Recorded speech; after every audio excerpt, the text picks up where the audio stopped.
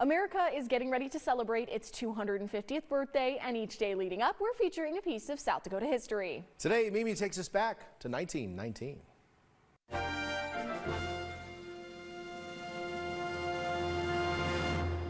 On October 30th, 1919, South Dakota opened its first official pheasant hunting season, which was one day only. The Chinese ringneck pheasant is the official state bird, but it's not native to South Dakota. Pheasant introduction began in 1898, but was unsuccessful until around 1909 in Spink County. The hunting event brings enthusiasts from all over the country. That's Today in History.